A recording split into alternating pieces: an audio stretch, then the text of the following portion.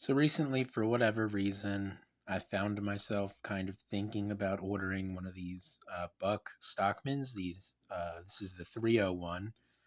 They also make a smaller one, but I'm not really that interested in that because I usually want my Stockman to be as big as it can be for the most part. So decided to order one of these. Zach in the Wild, is that his name? Zach that used to do the Blade HQ videos recently just got one of these, and ever since he made the video showing his like the first time, which was a few months ago at this point.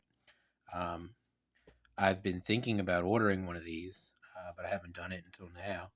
So finally ordered one. I ordered it off of Amazon since it was available, and they're 2 day shipping. I think it was actually 1 day shipping. So I just got it like an hour ago or so.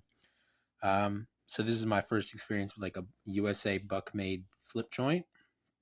Um, My only other buck slip joint that I have is a Chinese made Stockman. I think that's the 371, which is about the same size as this, but it's made in China, imported, and it's like $20. You can get it at Walmart. That's actually a pretty decent knife. It has bone. This has saw cut Delrin. But this is the American made buck large Stockman, I guess, is the 301 here. It's got these saw cut Delrin handle covers. They went a little hard on the hafting. I think that the Delrin actually runs over onto the bolsters a little bit. That'll probably wear off over time. I've been picking at this one with my fingernail a little bit, so that'll probably wear off of the bolsters over time.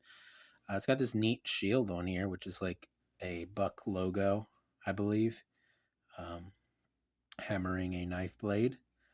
Pretty cool shield. Certainly interesting. Certainly more exciting than most of, for instance, Case's shields that just say Case on them. But a cool shield. I believe it's just glued in. These Delrin handles are just kind of pressed onto the liners, it looks like. Let me see if I can get a good glimpse in here. So you can see these circles here. So they're kind of pressed on. They're not really pinned other than the pin for the back spring. And of course, the shield is also not pinned. It's just, glued in. Wouldn't expect anything else for this was $60. So $60 knife. I wouldn't expect that. It would be cool, but certainly would not expect it. Fit and finish on this knife is pretty good. There are some small gaps.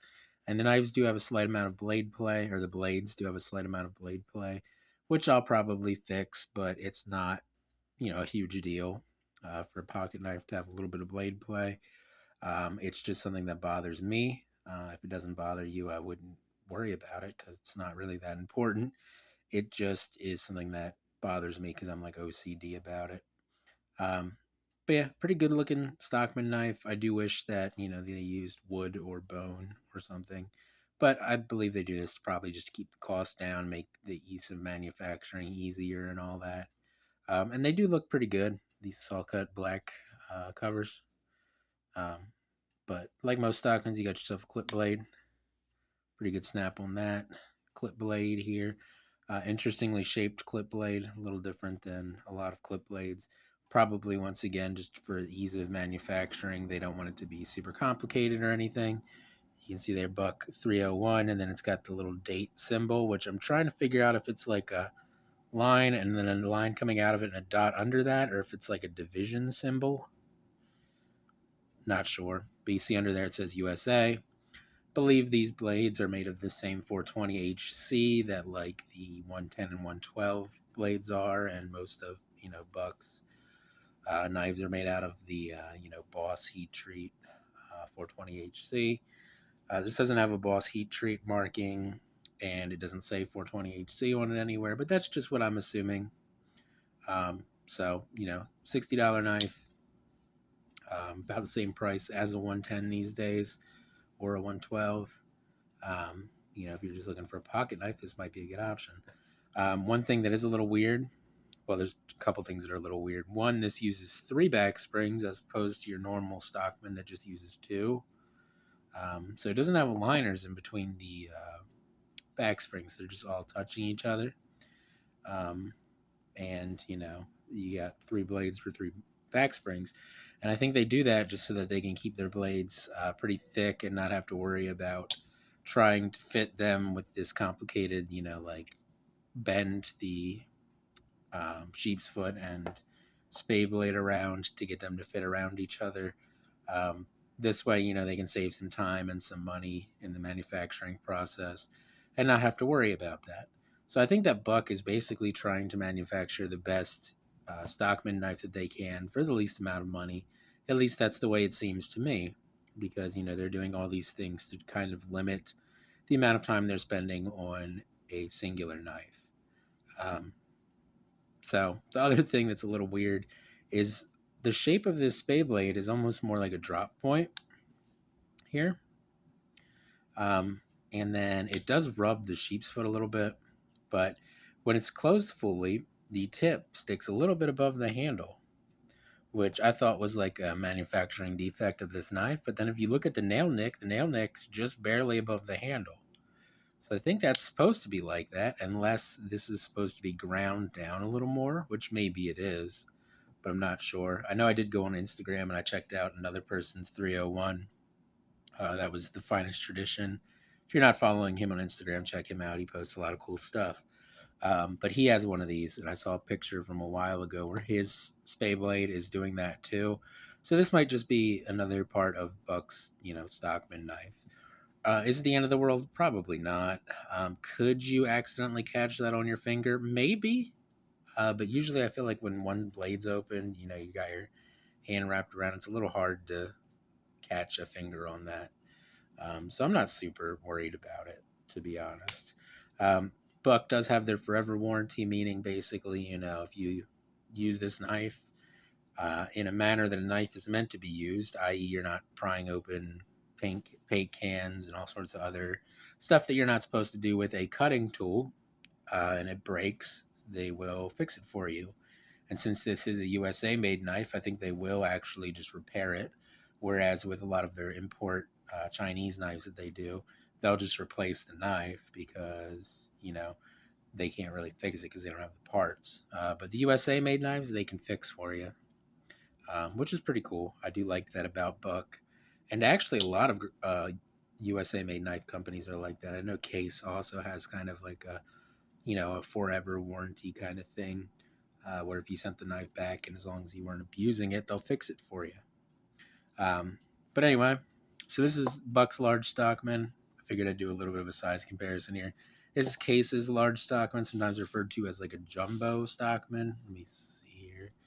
And you can see that the Buck Stockman is quite a bit smaller than the jumbo Stockman, which is honestly like my favorite size Stockman are these huge Stockmans that have a very, very large handle and a huge like clip main blade.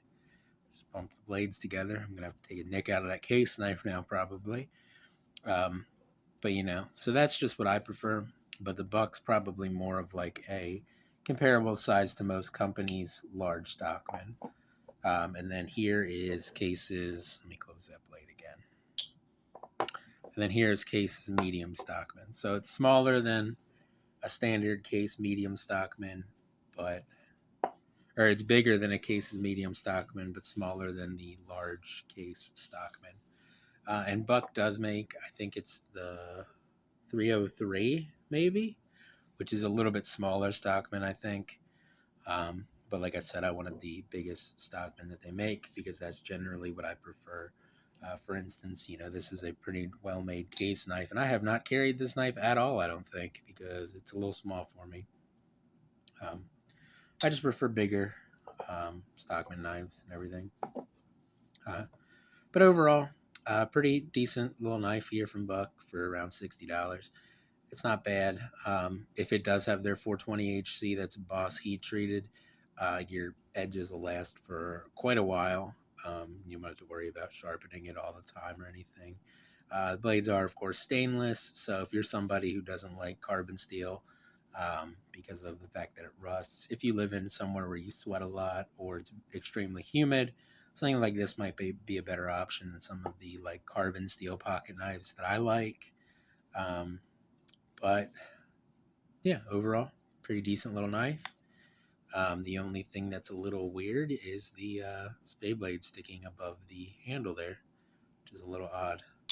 And I can't really fix it because if I drop the kick, then the nail nick will go under the handle. But like I said, I think that's the way that Buck wants it to be, which is a little odd, but whatever. But yeah, pretty decent little knife from Buck, USA made.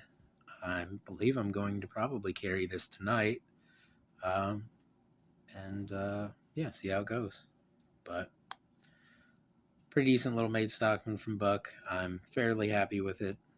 I just don't really know why this Beyblade sits like that, but whatever. Um, but yeah, that's going to be it for the video on this Buck 301 Stockman. And I hope you guys have a good day, and I'll see you in the next one.